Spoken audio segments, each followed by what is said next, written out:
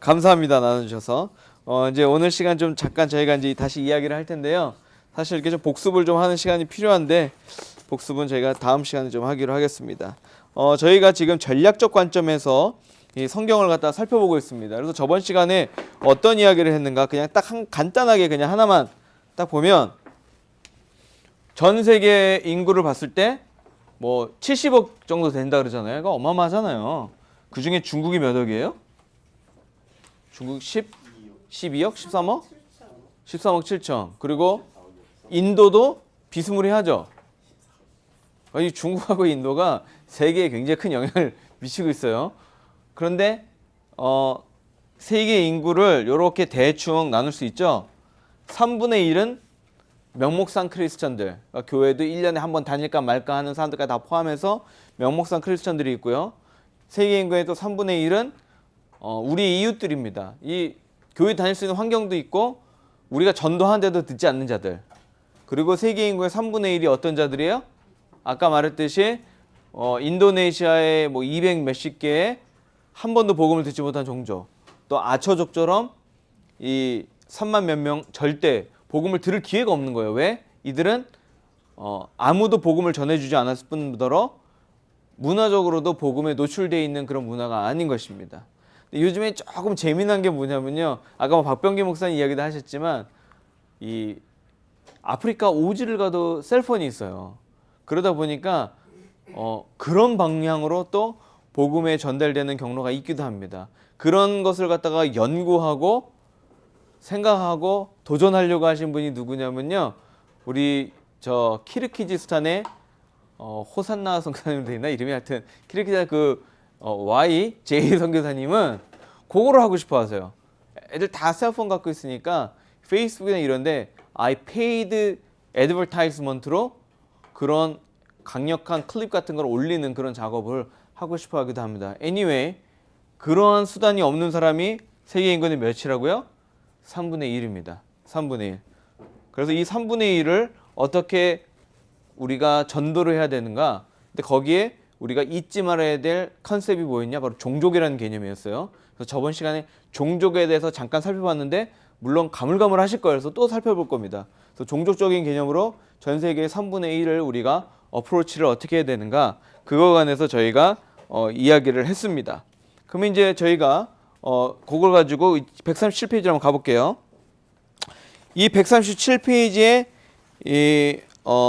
랄프 윈터라는 이 굉장히 유명한 교수님이 이 글을 쓰고 할 때가 1970년대입니다. 70년대. 여기 70년대에 다들 태어나 계셨죠? 네, 어린 시절에 이런 일들이 있던 시절입니다. 제가 그때 안 태어났어가지고 70년대 초반에 제가 없었습니다. 여기 보면요, 이건 이제 90년대에 들어와서 다시 리바이즈를 했어요. 리바이즈를 한 거긴 하지만, 랄프 윈터 박사는 세계 27억의 사람들이 이웃 전도로는 복음을 들을 수 없다. 이 27억은요, 숫자가 중요한 게 아니고, 아까 말씀드렸던 복음을 들을 수 없는 전 세계 인구의 3분의 1을 말하는 거예요. 전 세계 인구의 3분의 1은 복음을 들을 수 없다는 것을 입증을 했습니다. 이들은 E2, E3A에서만 복음을 들을 수 있는 것뿐이다라 돼 있어요. E2, E3가 뭔지 아세요? 모르죠. 갑자기 어려운 단어가 등장해. 좀 이따 이야기해 드릴게요. 자, 그 밑에 랄프 윈터가 74년에 강의한 내용이 있습니다. 두 번째 줄 보면 복음은 땅끝까지 전파되었고 그리스도인들은 최소한 지리적 측면에서는 지상명령을 성취했다. 자, 윗줄 보세요. 복음은 땅까지 전파되었고 그리스도인들은 최소한 지상명령을 성취했다라는 사람들이 생각을 했죠. 이게 그 두 번째 문단의 두 번째 줄이에요. 이 72년도만 해도요. 인류가 달에 간 게 몇 년이에요? 68년? 69년도 갔습니다. 인류가 달에 69년도 갔을까? 생각을 해보세요. 굉장히 이 당시에는요. 달을 정복했다는 거잖아요. 즉 우리는 갈 땐 다 갔다는 그런 마인드가 미국 사람들이 굉장히 막 깔려있을 때요. 그리고 실제로 지구에 안 가본 나라가 없고 우주에서 모든 나라를 다 볼 수 있는 그런 시대가 열렸고 또 미국 사람들은 맘만 먹으면 어느 나라든지 다 들어가 봤다라는 그런 자부심이 있을 때였어요. 그러다 보니까 뭐 인도네시아에 가서 교회를 세웠다. 그럼 끝인 거예요. 해안선 시대처럼 이미 다 끝났다는 거죠. 전 세계 모르는 나라가 없는 거예요. 그래서 다 끝났다라는 그런 생각을 하다 보니까 이제는 지상명령이 필요 없다는 생각이 만연해 있었습니다. 어마어마하게 많은 사람들이 이제는 더 이상 우리가 복음을 확장할 필요가 없다라고 그렇게 믿었던 때입니다. 그래서 넘어가 주세요. 그래서 사람들이요 선교에 관해서 굉장히 좀 부정적인 시각이 있었어요. 참 선교에 대한 부정적인 시각은요 이게 400년 되던 1000년이든 1700년이든 1970년이든 2000년이든 누구나 언제나 갖고 있는 것 같아요. 항상 선교에 대해서 부정적인 마음이 있습니다. 근데 70년대부터는 이 부정적인 마인드가 너무 강하게 이게 사로잡히는 바람에 사실 선교라는 단어보다는 전도라는 개념으로 더 많이 설명을 해요. 그래서 로잔 컨퍼런스라고 전 세계의 선교학자들이 모여서 선교에 관해서 논하는 이 로잔 컨퍼런스에 사실 선교의 개념을 전도의 개념으로 씁니다. 이 전도가 여기냐 해외냐 이런 개념으로 이제 가게 되는 거예요. 그렇게 돼서 이제 전도가 나오는데 거기 보면 두 번째 문단에 보면 138에 이런 이유로 그러니까 사람들이 자꾸 선교는 끝났다고 말하니까 전도라는 말은 복음주의자를 연합시키는 암호가 돼가지고 그 밑에 줄을 보세요. 사람들은 해외 선교 전략들에 대해서는 가끔씩 이의를 제기하기도 하지만 전도에 대해서는 그 어느 때보다 의견의 일치를 보인다. 전도야말로 우리가 해야 할 분명한 일로 보이기 때문이다. 옳은 말이다.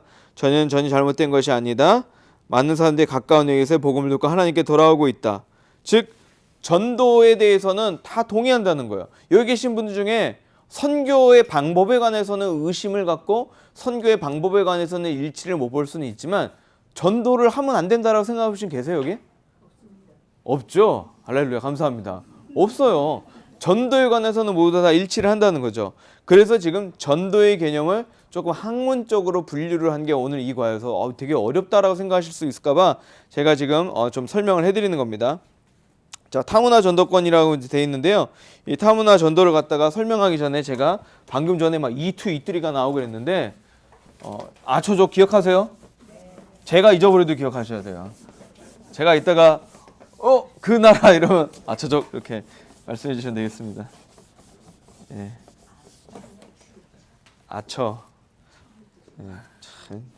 그 E1, E2, E3가 있어요. 자, 근데 E0도 있습니다. E0, E1, E2, E3가 있는데 이것은 그냥 전도의 개념을 갖다 나누는 거예요. 그러면 어떻게 그냥 생각하시면 간단하면 0부터 1, 2, 3는요. 어떠한 벽의 숫자라고 보시면 좀 더 쉬울 것 같아요. 즉 E0의 전도는 뭐냐면 벽이 전혀 없는 거예요. 그 말은 뭐예요? 우리 교회 같은 거 교회 아닌 거예요. 우리 교회 안에서 제가 우리 교회 성도님들에게 이렇게 강의도 하고 복음을 더 명확하게 하고 설교하고 또 아이들 썬데이 스쿨 가르치는 그 모든 것들은 바로 뭘로 들어가요?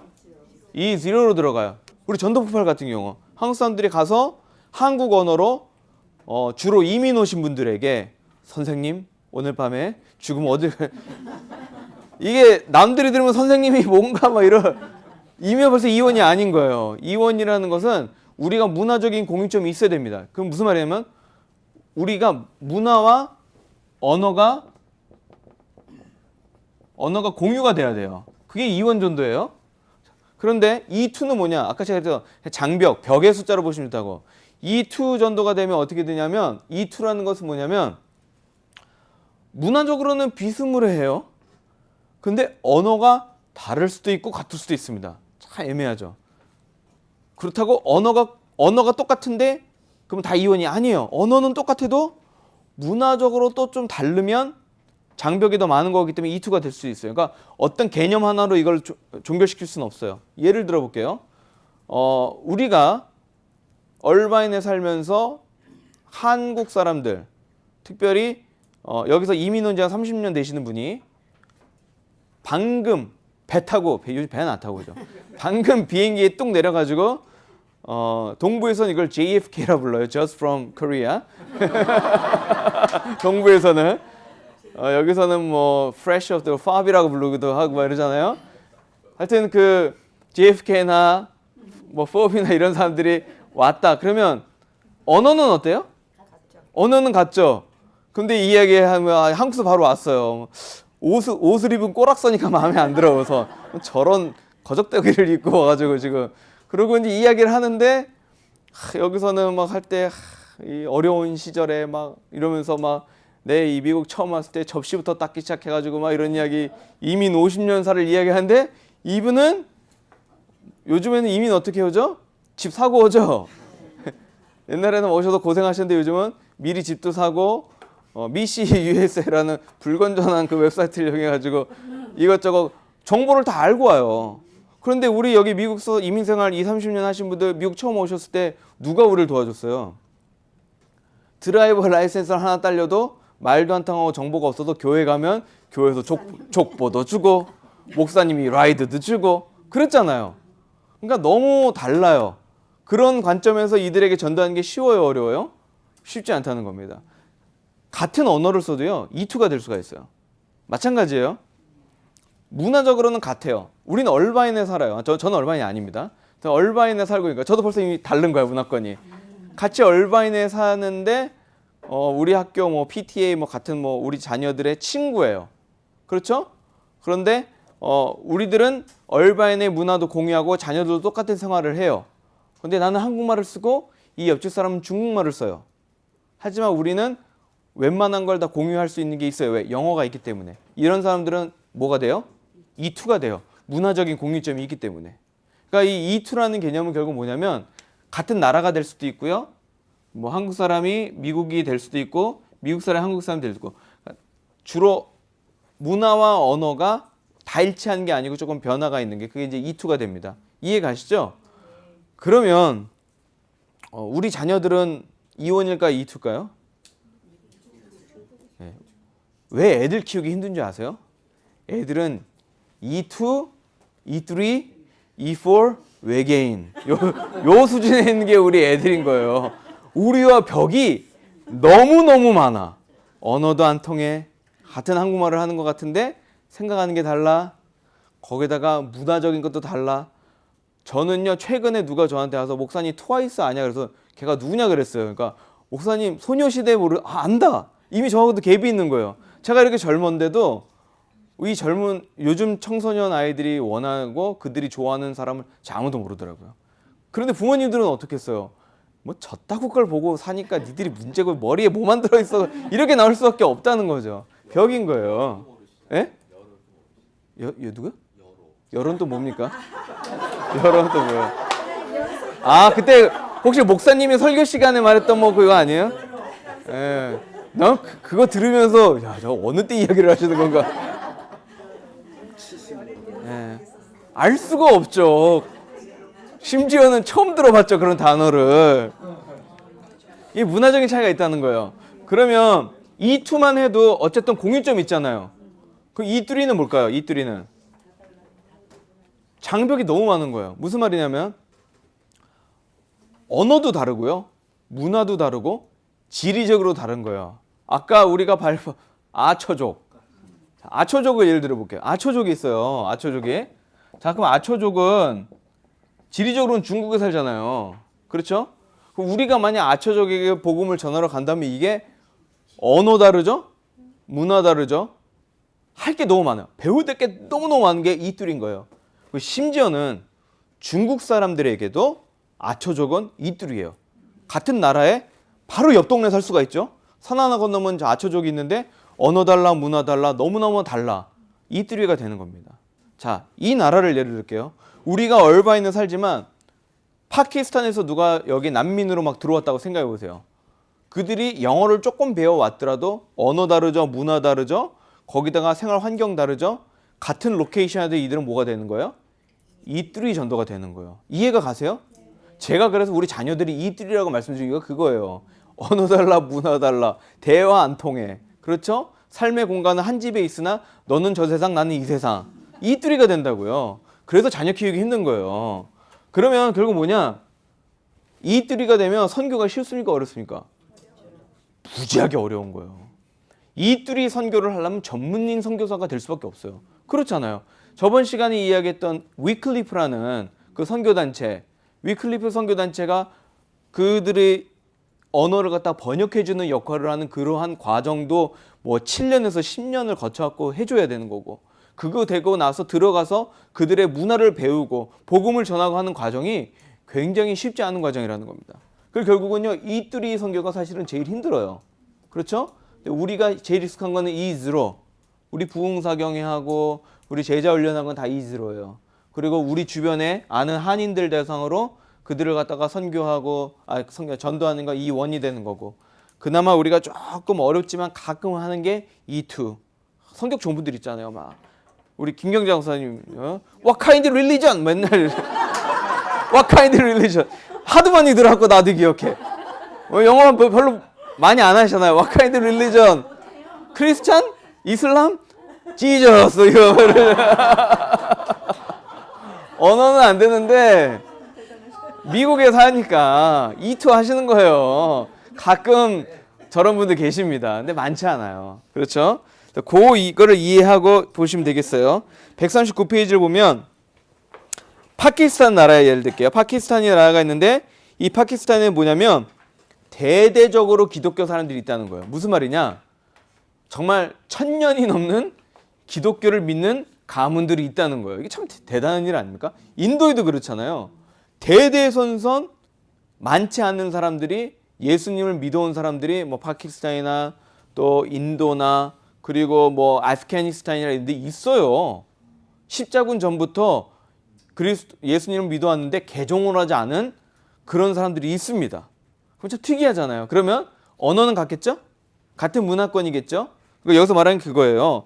그 파키스탄 교회가 이렇게 오랫동안 자기들만의 그걸로 내려왔는데 이 파키스탄 교회 사람들이 파키스탄에 전도를 할 가능성이 있느냐? 실질적으로는 그러면 참 좋을 것 같으나 어렵다는 겁니다. 우선요, 앙금이라 그래야 될까? 서로를 향한 미움이 너무 커요. 그렇잖아요. 소수민족으로서 자기만의 종교를 갖다가 갖고 내려오다 보니까 얼마나 폐쇄적이겠습니까? 주로 이런 데들이요. 아프리카도 마찬가지예요. 아프리카의 뭐 여러 가지 콥트나 이런 사람들 자기들끼리만 이렇게 종교를 유지하고 예수님 믿어온 사람들이 굉장히 폐쇄적입니다. 왜냐하면 폐쇄적이지 않고 살아남을 수가 없잖아요. 어떻게 1000여 년이 넘는 세월을 갖다가 지키고 왔겠어요. 그러니까 그런 개념인 거예요. 그렇기 때문에 우리는 이들이 일어나가지고 막 전도를 할 것 같지만 실질적으로 테이블에 올려놓고 놓으면 쉽지가 않다는 겁니다. 예를 하나 들게요. 이란에 난민들이 있습니다. 이란에서 도망가가지고, 이란은 잘 사는 나라잖아요, 원래는요. 이란에서 도망가가지고 유럽에 있다가 미국으로 이제 난민 배정이 돼갖고 이제 줄기는 했지만, 그럼 미국에 이란 난민들이 꽤 있어요.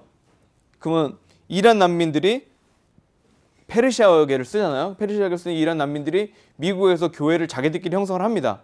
그럼 이 사람들이 여기서 신앙생활을 하다가 이란을 복음화해야겠다고 이란으로 돌아가는 경우가 많을까요, 적을까요? 실질적으로 거의 없다는 거예요. 쉬울 것 같지만 여기서 생존하는 것 자체도 힘들잖아요. 여기서 살아나는 것도 힘들고 또 그 나라에서 난민으로 나오기까지는 굉장히 마음 가운데 아픔과 어려움이 있었다는 것이죠. 지금은 안 그러지만 우리 예전에 이민 오신 분들 중에 한국에 다시 가기 싫다라는 말을 하신 분들을 제가 꽤 만났었어요. 동부에 있을 때만 해도. 그만큼 한국에서 너무 어려웠던 기억밖에 없으니까 그냥 한국 돌아가고 싶지 않다. 그래서 자녀들한테도 한국말을 절대 못 쓰겠다는 거예요. 그래서 제가 동부에서 같이 살았던 그 친구들 중에는요, 한국말을 전혀 못하는 애들이 꽤 많았어요. 근데 이제 나중에 부모님 후회하셨어요. 왜? 한국이 이렇게 잘 사귈 줄 모르는 거예요.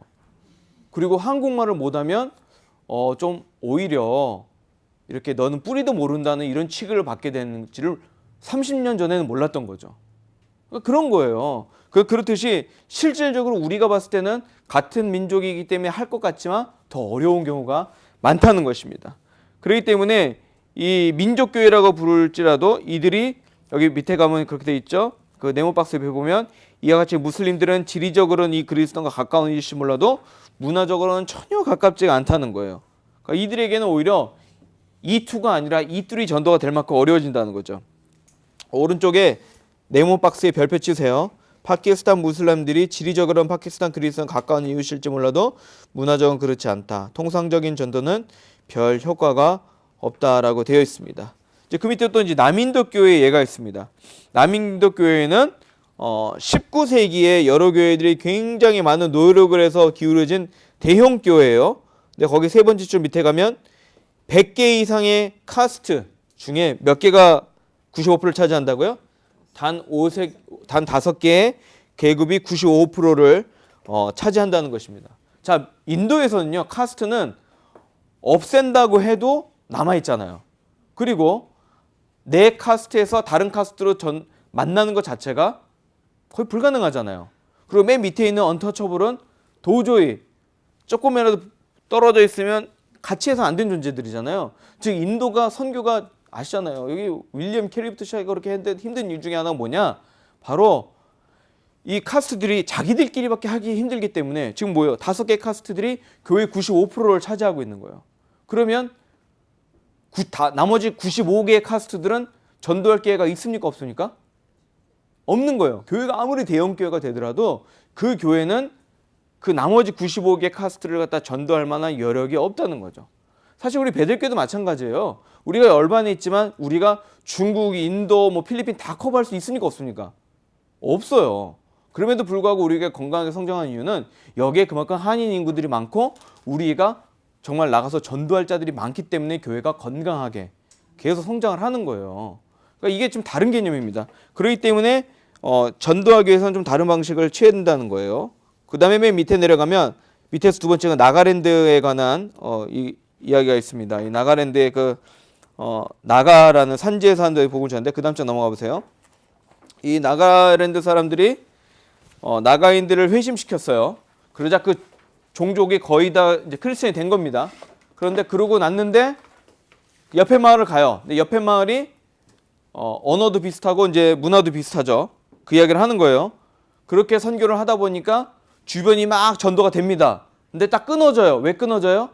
언어도 다르고 완전히 문화도 다른 사람들이 이제 있는 거예요. 그 주변에는. 그리고 그 사람들은 여기 보면 뭐냐면 인도 시민권을 소유했던 것 빼고는 완전히 다른 민족인 거죠.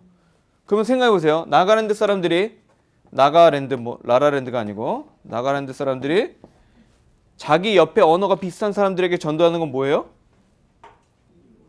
이 언어가 비슷해요. 시험에 테스트의 시간. 이 2가 되겠죠? 자, 좀 더 쉽게 나가랜드 사람들이 자기 옆에 이웃들에게 전도하는 건 뭐예요? 이원. 그러니까 잘한 거죠. 이원이 잘 됐더니 옆에 동네 가가지고 이투도 잘했어요. 그렇죠? 그러고 나서 산 하나 딱 건너려고 보니까 이 사람들은 말도 다르고 문화도 달라. 그럼 뭐가 돼요? 이뚜리가 되죠. 이뚜리는 쉬워요, 어려워요? 딱 그때부터 끊어지는 겁니다. 이해 가세요?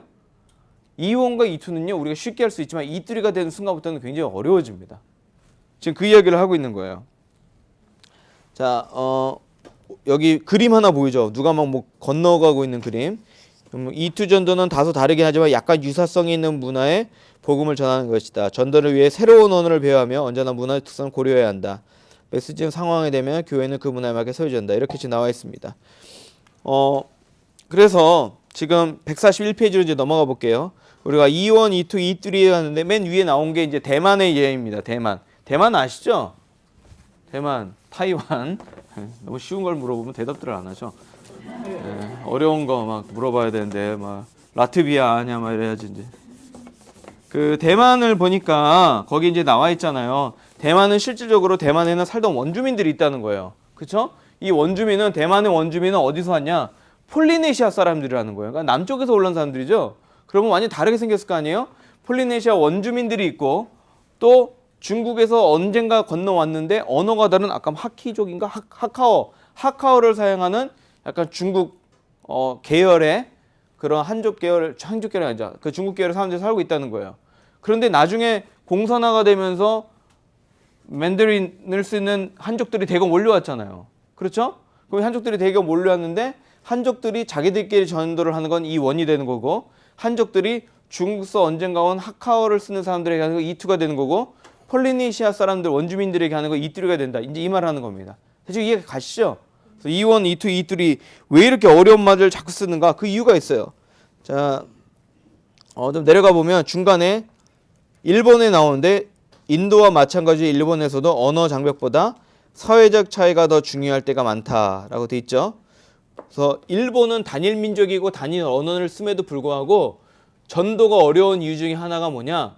일본에는 오히려 한국보다 더 많은 E2와 E3적인 그런 장벽들이 있다는 거예요. 언어가 아니라 사회적 장벽들이 있다는 거죠.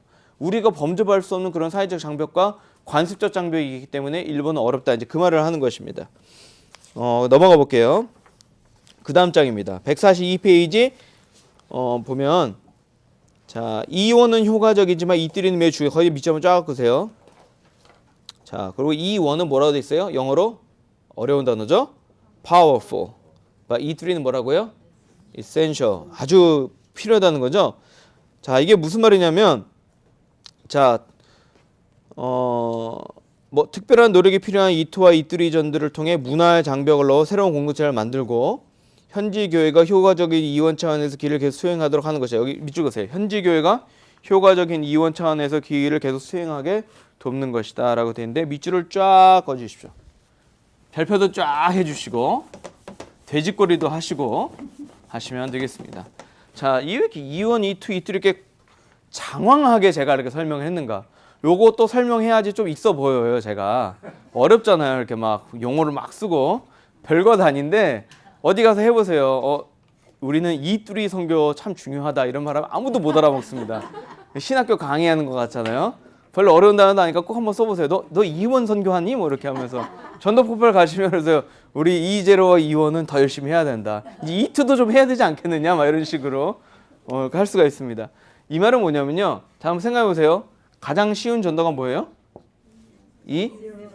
E0는 전도라기보단 우리가 하는 거고 E1이잖아요. 자, E1에서는 사실 쉬워요. 그렇죠? 왜? 당장 나가서 용기를 가지고 뭐 시온마켓 앞에 가서라도 해볼 수 있는 게 E1이잖아요. 그리고 했을 경우에 가장 이질감 없이 효과가 가장 높죠. 그러면 효과, 그래서 이거 되죠. 파워풀. E1이야말로 진짜 어때요? 파워풀하다는 거죠. 멋있게 그려버렸는데 잘 안 되네. 파워풀. 진짜 파워풀한 거예요. 가장 효과가 좋아요. 그렇죠? 그런데 이 원을 가지고는 도서상관이나 저 다른 나라로 갈 수가 없잖아요. 그러면 전 세계에 복음을 전하기 위해서 꼭 필요한 것은 뭐예요? 뭐라고요? E3. 문화도 다르고 진짜 완전히 나랑 다른 아초족 같은 사람들에게 가야 되는 E3 선교가 필요한가요? 필요 없나요? 그러니까 이센셜이잖아요. 꼭 필요하다고요. 자, 이센셜이에요. 자, 그러면 여기 계신 분들 중에 한두 분이 E3 미션을 나갑니다. 그러면 거기서 열심히 노력해서 한 10년 정도 이렇게 하고 했어요. 그리고 막 더 열심히 해요. 그래서 우리가 그 달에서 뼈를 묻을 때까지 열심히 했습니다. 그렇게 열심히 했다면 우리가 어디 정도까지 그 레벨로 복음을 전할 수 있을까요? E2. 여기 미국에서 몇 년 사셨어요? 선생님? 몇 년 사셨어요? 미국에서? 25년. 몇 년 사셨어요? 권사님? 15년, 25년. 이 미국이 내 나라 같습니까? 예? 아직 내 나라 같지 않죠? 저도 뭐 꽤 산 것 같은데 아직 내 나라 같지 않을 때가 참 많아요. 아무리 살고 노력을 해도 언어의 장벽이 참 쉽지가 않아요. 그죠? You know? 이렇게밖에 안 되잖아요. You know? You know? You know? What kind of religion?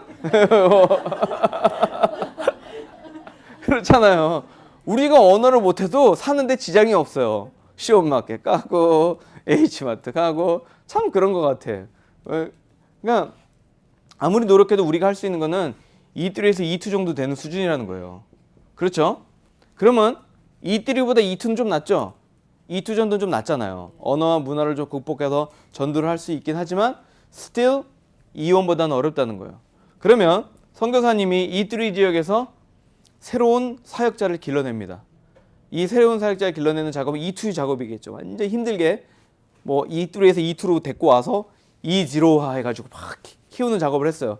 그러면 선교사님이 한 학생이나 이 청년이나 리더를 키웁니다. 그럼 이 리더가 이제는 복음의 사명을 감당할 만한 자가 됐어요. 이 사람이 자기 마을에서 다른 사람을 전도할 때는 그 사람은 어떤 전도가 되죠? 아, 똑똑하네. 뿌듯합니다. 우리는 E1부터 E3 갖고 1시간을 이야기해도 남들은 몰라. 우리만 알아. 자, 우리는 그렇게 되면 이 사람은요, 이 리더는 이원 전도를 하게 돼요. 자, 이원 전도를 하기 시작하면 어떻게 돼요? 이센셜에서 그 순간 파워풀로 바뀐다는 거죠. 그러니까 우리의 목적은 뭐냐? 우리의 목적은요, 들어가서 이 뚜리로 평생 살자는 게 아니에요. 우리의 목적은 이 뚜리가 이 원으로 전도할 수 있는 사람을 갖다가 키워내는 게 목적이라는 겁니다. 그렇다고 여기 한 명 딱 나서 우리는 아니에요. 철수는 아니에요. 철수할 때가 있어요. 왜냐하면 재정적으로 또 신학적으로 여러 가지 면에서 도움이 필요할 수가 있기 때문에 쉽게 할 수 있는 거 아니지만 궁극적인 목적은 뭐예요? 이원이 이원을 전도할 수 있게 하는 거. 대한민국 그렇잖아요. 이원이 이원을 전도했기 때문에 우리가 지금 여기 있는 거예요. 그렇잖아요. 선교사님들이 끊임없이 우리에게 선교한 게 아닙니다. 특별히 조선에 관한 선교의 전략, 이제 제가 좀 이따가 이제 살펴보겠지만 조선에 관한 선교 전략은요, 철저하게 조선 사람들이 조선 사람들을 사역하게끔 했었습니다. 그렇기 때문에 선교가 굉장히 효과적이었어요. 근데 참 재미있는 게 뭔지 아세요? 그 전에 중국이나 이런 데서는요, 그런 식의 선교가 잘 이루어지지 않고 있었어요. 그래서 중국에서 선교의 실패를 경험하신 그 당시 1800년도에 그 선교의 스승들이죠. 선배들이 한국에 있는 이제 듣도 보도 못한 나라잖아요. 조선이라는 나라에 온 선교사들에게 젊은 30대 언더우드 이런 선교사들에게 가르쳐 주는 거예요. 그 사람들이 그 사람들을 향해 사역하게 하고 재정적으로 독립하게 하라. 이런 것들을 가르치기 시작하는 겁니다. 그래서 한국이 이렇게 된 거예요. 그러니까 이 원 선교를 하게끔 서로가 서로에게 하게끔 우리가 최대한 돕는 것. 그게 바로 선교의 궁극적인 또 방향과 방향성이 될 수가 있겠습니다. 이해 가세요? 그걸 우리가 원하는 거예요. 지금 이거에 대해서 이렇게 아주 장황하게 써져 있는 것입니다. 그 밑에 네모칸 있죠? 오늘날 이 세상의 비그리스도인들 가운데 5분의 4 이상의 이원 정도가 이루어지지 않고 있어요. 왜 그러냐? 그 밑에 종족에 대한 무지 이렇게 됐죠. 맨 밑에서 두 번째 줄을 보면 종족에 대한 무지 때문이다. 이게 뭐냐? 오른쪽 페이지에 오면 저번 시간에 이야기했어요. 종족이 무엇인지는. 여기 네모칸 있죠? 143페이지 첫 번째 그레이 칸에 보면 종족에 대한 무지 때문에 우리는 한 나라 안에 소수 민족들을 제대로 인식하지 못한다. 그들은 효과적인 복음을 전략을 개발하는 데 중요하다. 여러분들은 종족의 문제 아시죠? 이제 미국 종족 이러면 안 되죠. 우리는 그건 나라의 개념이잖아요. 그 나라 안에 아까 뭐 770 몇 개 종족 중에 200개가 아직 복음 못 들었다. 요 개념이 없었던 거예요. 옛날에는. 그러다 보니까 우리는 어찌 전해야 되노? 이게 되는 거예요. 왜냐하면 사실 770 몇 개의 종족들은요, 죽을 때까지 이뚜리만 하다가 끝날 수가 있어요. 하지만 개념이 잡히니까 한 개 종족에 이뚜리 들어가고 그들이 이원을 하게끔 그들 안에서 이렇게 할 수 있는 분위기를 갖다가 만들어주게 된 것이죠. 그게 되게 무지했다는 거예요. 그 다음에 이제 내려갈게요. 143회 밑에 가보면 미국 내에서 이투의 필요성, 이게 왜 이 말이 나왔냐면 이 책이 쓰여진 당시에도 그게 굉장히 심했습니다. 다 결신을 해갖고 이제 교회를 나가려고 보니까 갈 만한 교회가 없는 거예요. 왜냐 어떤 사람들은 흑인들, 어떤 사람들은 백인들, 어떤 사람은 백인 중에 블루 컬러, 와이 컬러. 알고 보면 다 언어도 같고 비스무리하게 생긴 것 같은데 우리가 살고 있는 컬처가 너무나 달랐다는 거예요. 그렇기 때문에 빌리 그레임이 모든 사람들을 절대해서 결신을 시키더라도 이들이 이투 전도상으로 정착할 것이 필요하다는 거예요. 그래서 사실 교회 개척 운동이 70년대 무지무지하게 일어났습니다. 왜냐? 비스무리한 사람들끼리 모여야지 기쁜 거예요. 생각해 보세요. 여기 계신 모든 분들이 70년대에 미국 왔는데 처음부터 미국 교회 다니기가 쉽지가 않았을 거 아니에요. 그래서 뭐가 만들어졌어요? 베델 한인교회가 41년 전에 이곳에 세워진 이유가 다 그런 거예요. 나와 비슷한 사람들끼리 모여서 하는 그런 그룹들이 끊임없이 필요했던 것입니다. 그래가지고 나중에 이제 뭐 얘가 나오죠. 존 웨슬리가 광부들에게 전하고 광부들이 자기들끼리 예배를 드리기 시작할 때 큰 은혜가 있던 것처럼 나름대로 자기들만의 그룹과 자기들만의 색깔과 자기들만의 이 문화권을 가진 교회가 필요하다. 이제 그 말하는 겁니다. 그래서 그건 넘어갈게요. 그다음에 이제 불균형이 너무 심하다라고 돼 있는데 요거는 제가 시간이 없으니까 슬라이드를 살짝 보면서 이야기하겠습니다. 매주 시간이 없어. 어떻게 될지 모르겠어요. 매주 시간이 없어 아주. 요거는 제가 그래도 한번 복습하는 차원에서 좀 보고 가면 좋겠는데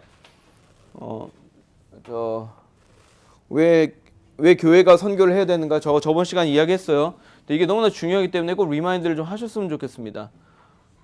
아이고 자, 교회가 선교를 해야 되는 이유는 전략적 선교를 할 수 있고 아까 우리가 말했던 그 미전도 종족 이 뚜리 사람들에게 우리가 복음을 전할 수 있는 기회가 되고 선교사 발굴이 가능하다. 이제 이런 내용들이에요.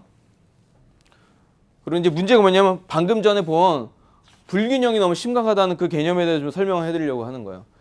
우리가 내는 전체 뭐 후원금에 특별히 미전도 종족을 우리가 아까 말한 전 세계 3분의 1을 위한 그들에게 가는 물질적 펀딩이 1%밖에 안 가요. 그리고 1%의 선교사 그리고 그들을 향한 1%의 성경 보급이란 거예요. 이건 지금 우리 교회 기준이 아니에요. 우리 교회 기준이 아니고 미국 전체를 봤을 때 미국의 선교 예산 중에 전 세계 3분의 1을 담당하는 미전도 종족에게 가는 예산은 기껏해서 1%밖에 안 된다는 거예요. 그러니까 불균형이 심각하다는 이야기가 자꾸 나오는 거죠. 근데 그 중에 이제 특별히 미주 교회 1년 예산 중 0.11만이 해외 선교에 쓰이고 87%는 이미 교회가 세워진 곳, 또 0.12중 12%는 복음화지요, 0.1%는 미전 종족에 쓰인다. 이제 이 말을 지금 하는 것입니다. 그러니까 결국 불균형이 심하다는 거죠. 만약 그래서 이제 이게 그거죠. 모든 미국에 있는 크리스천들이 1인당 4불 정도를 헌금하면 전 세계 미전도 종족을 향한 선교헌금이 다 해결될 정도라는 거예요. 그만큼 교회의 예산 중에 미전도 종족을 향한 그런 예산이나 또 그들을 향한 노력이 굉장히 미비하다는 것을 지금 보여주는 거예요. 사실 좀 나중에 좀 이야기 좀 이야기하죠. 자, 이거는 이제 영어니까 제가 번역을 해드리면 2011년도에 사람들이 강아지를 위한 할로윈 때 강아지에게 코스튬을 사준 그 돈이 뭐라고요? 교회가 미전도 종족을 위해서 사용한 돈하고 비슷하다는 거예요. 웃기잖아요. 내가 입은 코스튬도 아니고 강아지에게 코스튬을 뭐 제가 걔랑 안 껴서 모르겠지만 뭐 얼마나 많이 입히겠어요. 뭐 이렇게 이쁜 강아지 아니 입히기도 힘들 텐데. 그러니까 그만큼 조그만 돈이 실질적인 쓰이고 있다라고 지금 이야기하는 것입니다. 그렇기 때문에 하는데 제가 이제 이거 보여드릴게요. 자, 세아덮기 과장 이게 누구죠? 누가 세아예요? 호세아. 호세아가 누구죠? 우리 기레기장 선교사 세아. 이름 너무 이쁘지 않아요, 세아? 호세아 남자 선교사님의 가명이죠. 덕기 중국에 계시죠. 왕덕기. 그렇죠? 과장은 누구예요? 터키의 장과장. 이 세 분의 공통점이 뭐냐? 바로 뭐야? 이분들의 공통점이 미전도 종족 선교사라는 것입니다. 제가 이걸 지금 말씀드리는 이유가 뭐냐면요. 우리 교회는요. 미전도 종족을 향한 마음이 있습니다. 그렇기 때문에 실제로 주보에 보시는 선교사님들 중에 꽤 많은 숫자들이 미전도 선교사님이에요. 우리 교회가 파송하고 후원하는 25분 중에 반 13분이 미전도 종족이나 창의적 접근 지역에서 지금 사역을 하고 계십니다. 그러니까 저희 교회가 이 예가 된다는 것은 아니에요. 하지만 그것을 제가 지금 말씀드리고 싶은 것입니다. 그러니까 굉장히 세상은 불균형적이에요. 그렇기 때문에 자꾸 우리가 무엇을 말하냐? 전략적 선교가 필요하다는 이유가 바로 남들이 관심 안 갖는 곳에 누가 관심 갖자고요? 그것도 미루에서 주류도 아니고 마이너리티인 우리 코레안들이 우리들이 그들을 향해 눈물과 기도를 하고 할 때 하나님께서요 우리를 미국의 1%보다 훨씬 더 크게 사용하실 수 있다는 것입니다. 제가 마지막으로 마치기 전에 요거 하나만 지금 슬라이드로 잠깐 보여드리고 마치려고 그러는데 이게 이제 선교사님들이 이 한국교회, 조선교회를 했던 게 바로 네비우스 전략입니다. 이게 이제 네비우스 선교사님 이분이 이제 저희들에게 그 원칙을 가르쳐 주셨는데 삼자 원리라는 걸로 조선에 접근을 했어요. 이 중국 삼자 교회가 아니고 자아가 3번 들어가서 삼자, 자립, 자전, 자치, self support가 돼야 되고 self propagation이 돼야 되고 self government가 돼야 된다. 이 삼자 원칙의 원리에 의해서 조선 시대부터 한국 교회가 세워지게 됐습니다. 이게 지금 전략적인 관점에서 이 책에 없는 것을 지금 보여드리는 거예요. 왜냐하면 우리가 어떻게 이렇게 얼바인이라는 땅까지 와가지고 이런 솔직히 대형 교회잖아요. 이런 교회까지 이루기에는 그 원칙이 안에 있었다는 겁니다. 자립입니다. 자립은 교회당 건축은 가급적 그 교인들 자신의 힘으로 하게 하되 건축의 구조나 모양은 한국 고유 양식으로 혹은 지방의 교회답게 건축한다. 이게 굉장히 간단해 보이죠? 안 간단해요. 제가 선교하다 보면요, 건축한다 그러면 우리 같이 이제 동역하신 분들 중에 건축할 때 그 지역을 아름답고 멋있는 교회를 세우려고 그러지 그 지역에 맞는 그 지역 스타일의 교회를 세우려고 하는 분들은 거의 없습니다. 왜냐면 우리가 생각하는 교회는요, 우선 쫙 쓰고 십자가 큰 거 하나 딱 들어가고 사운드 시설 빵빵하고 이렇게 돼야지 교회라는 개념이 강한데, 실질적으로는 네비우스 전략에서는 한국식으로 져라, 그리고 지방 교회답게 건축하라, 이 개념이 있었어요. 그러니까 무슨 말이에요? 천막 하나 치더라도 거기는 교회가 됐던 것이 바로 이 삼자 원리에서는 그렇게 됐었습니다. 근데 우리가 사실 해외에 나가서 선교할 때는 이 삼자 원리를 잘 안 지켜요. 이 삼자 원리, 네비우스의 이 선교 전략이 다시 대두가 된 게 사실 2000년대 돼서 대두가 됐어요. 왜냐하면 우리가 이 수혜를 누렸는데 완전히 까먹고 있다가 역사를 공부해 보니까 아닌 거예요. 우리 한국교회가 어떻게 서는지 보게 된 겁니다. 그래서 언더우드 선교사님 대답입니다. 당신들은 자신의 예배당을 지을 수 있습니다. 형편이 어려우면 주변의 나무 돌집을 사용하세요. 나는 나무를 자르고 기둥을 세우겠습니다. 외국분이라서 자르고 이러셨던 건데 사람들이 소래마을에 예배당을 지어달라는 부탁을 했을 때 물론 그 당시에 한국 굉장히 얼마더라? 10,000원이면 어마어마한 돈이었잖아요. 그 당시에요. 국가 예산이 몇백만 원인가 이랬던 시절일 거예요. 미국에서 돈을 갖고 와서 짓는 게 굉장히 쉬운 시절인 거죠, 결국은. 그럼에도 불구하고 당신들이 지라는 거죠. 나무, 돌, 집, 뭐든지 사용해라. 나는 돕겠다. 이 개념이었어요. 근데 저는 사실 우리가 이제 같이 나중에 선교 나가다 보면요, 솔직히 우리가 생각이 잘 안 변합니다. 무슨 말이냐면, 여기 이것을 하죠, 딱 그러면요, 이렇게 합시다 이런데 제가 그건 아닌데요 라고 말하면 감정이 상해요. 그래서 저는 미리 말씀드리는 거, 기억을 하세요.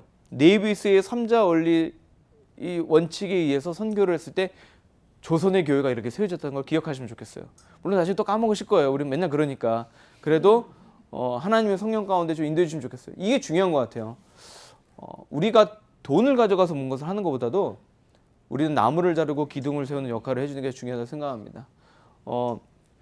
그렇다고 우리가 가서 무엇을 안 해야 된다는 건 아닙니다. 필요한 지역은 우리가 도와야 돼요. 하지만 그들이 할 수 있게 해주는 게 중요합니다. 그래서 작년에 한 지역에서 교회를 세워주라고 했을 때 저희가 내놓은 원칙이 있었어요. 저희 김한영 목사님의 원칙은 뭐냐면 단독 사역을 안 하십니다. 무슨 말이냐면 교회 짓고 거기다가 해외에 교회 짓고 베델 한인교회 기증 탁 멋있잖아요. 성도들의 눈물과 헌금으로 지었습니다. 얼마나 멋있어. 한 10년 후에 가서 보면 뿌듯할 거 아니야. 그거 안 좋아하세요.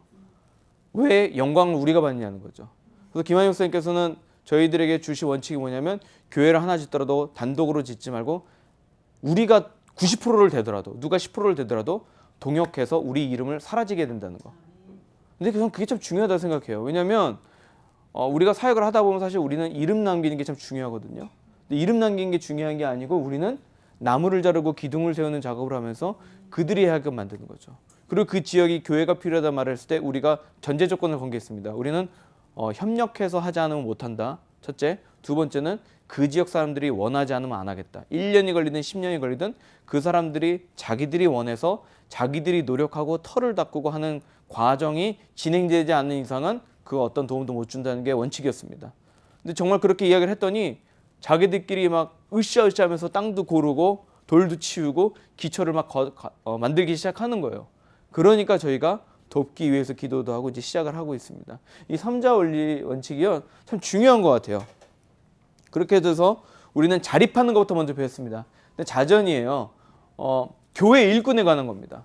교회 전도 사업을 감당한 인물이 나오거나 재정을 지원할 수 있는 자가 나타나면 그들을 선임해서 교회 일꾼으로 육성하는 겁니다. 그렇기 때문에 우리는 초대부터 여기 그걸 제가 써놨나 모르겠지만 처음에 그 총회 같은 거 있잖아요.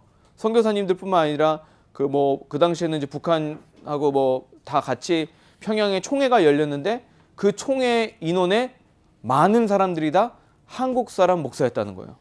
그러니까 선교사님들이 사역을 했지만 실질적으로 목사를 세우고 일을 한 거는 조선의 사람들을 갖다 다 세웠다는 겁니다. 그러니까 이런 원칙을 그들은 지키려고 노력을 했고요. 그 다음에 자치입니다. 여기서 이래라 저래라 감나라 콩나라 이렇게 하는 게 아니고 교회 안에서 장로들을 세운 거예요. 사실 그래서 뭐 어떤 분들은 막 장로교의 폐해니 막 이렇게 말하지만 사실 한국에서 장로교가 성장할 수밖에 없는 이유 중에 하나도 장로교는 self-governed 그 스트럭처잖아요. 자기들이 스스로 이거를 다스릴 수 있는 구조적으로 돼 있기 때문에 교회가 서기도 쉬웠고 또 한국의 어른의 문화잖아요. 그런 어른과 이런 가부장적 문화에 딱 맞는 그런 체제였다고 보시면 됩니다. 그러니까 회중교회는 한국 사람들한테 쉽지 않죠. 그렇잖아요. 어른이나 너 하면 주먹 날라가죠. 어디 건방지게. 한국은 체계가 있잖아요. 그렇기 때문에 이 self-governed 시스템에서 장로교가 또 특별히 잘 자라났다는 거죠. 자, 소래와 제물포교회는 한국 교인들에 세워졌다. 대부분 한국 교회는 건축에 있어서 외국 돈의 도움이 없이 한국 교인들의 힘으로 건축되었다라고 백낙준 박사가 이야기했습니다. 이게 굉장히 중요한 거예요. 왜냐하면 남이 사주는 물건은요 좀 쉽게 생각할 수가 있어요. 근데 내가 정말 땀 흘려서 번 돈으로 산 거는 얼마나 소중합니까? 그렇잖아요. 돈을 어렵게 버신 분들은 돈을 값어치 있게 쓰고 잘 안 쓰죠. 근데 쉽게 번 사람들은 한 번에 날리기가 많잖아요. 그렇게 됐고요. 그다음에 한국 1909년이에요. 한국 선교 25주년 보고서에 보면 한국 교회 총사역자 1052명 중 94%가 한국 교회에서 전적으로 재정 지원을 받는다. 벌써 그 당시에 대부분의 많은 사역자들이 어려웠죠. 밥 한 끼 먹기 힘든 성미 내던 시절이야. 성미라 그러나요, 그걸? 저도 그 시대가 아니라서 모르는데 그렇게 사셨던 분 아니에요. 그리고 선교 지분의 800개 교회 중 20개만이 외국 자본으로 건축되고 780개는 한국 교인들의 헌금으로 세워졌다라고 하는 것입니다. 참 대단하잖아요. 그래서 우리가 사실 선교가 70년대, 80년대 들어오고 90년대 들어서 많이 나간 나라가 사실 필리핀이거든요. 이 필리핀의 이 원인규 선교사님이라고 이분 제가 아는 분인데 이분이 이제 좀 쓴소리를 하신 글이 있어서 제가 옛날에 모아놓은 게 있었어요. 한국의 신앙적 청년이 결혼합니다. 결혼식을 검소하게 치르고 비용을 절약해 선교지의 교회를 멋지게 세우자고 담임 목사가 도전을 합니다. 멋있잖아요. 일반적으로 생각할 때 박쳐줄 수 있습니다. 그러나 저는 환영하지 않습니다. 왜 선교지 교회가 한국 청년들의 결혼 비용을 줄여 헌금한 돈으로 세워져야 하느냐는 이야기죠. 필리핀 교회는 필리피노에 의해 세워져야 합니다. 이런 거 많이 들어보셨죠? 제가 알기로도 필리핀에 제가 아는 장로님들이 가면 조셉 교회, 뭐 다니엘 교회 이런 게 있더라고요. 무슨 말을 했더니 재정이 있으시니까 뉴욕에 계신 분인데 아들의 이름으로 교회당 하나씩 지어준 거예요.